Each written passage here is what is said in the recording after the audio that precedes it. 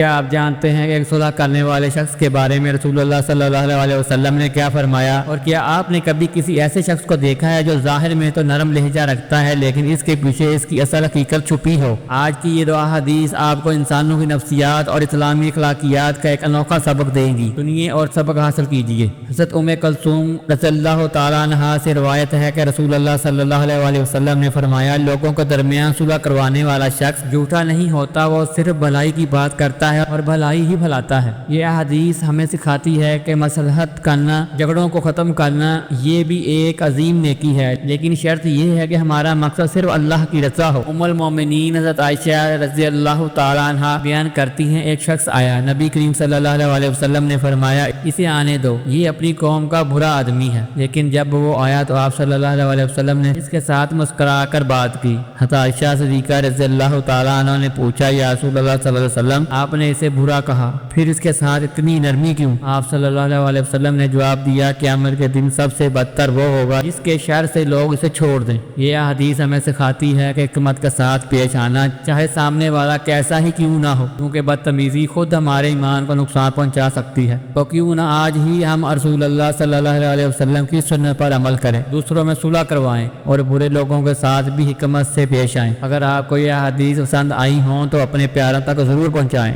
کیونکہ علم بانٹنے سے ہی بڑھتا ہے۔ اللہ ہم سب کو عمل کی توفیق عطا فرمائے، آمین۔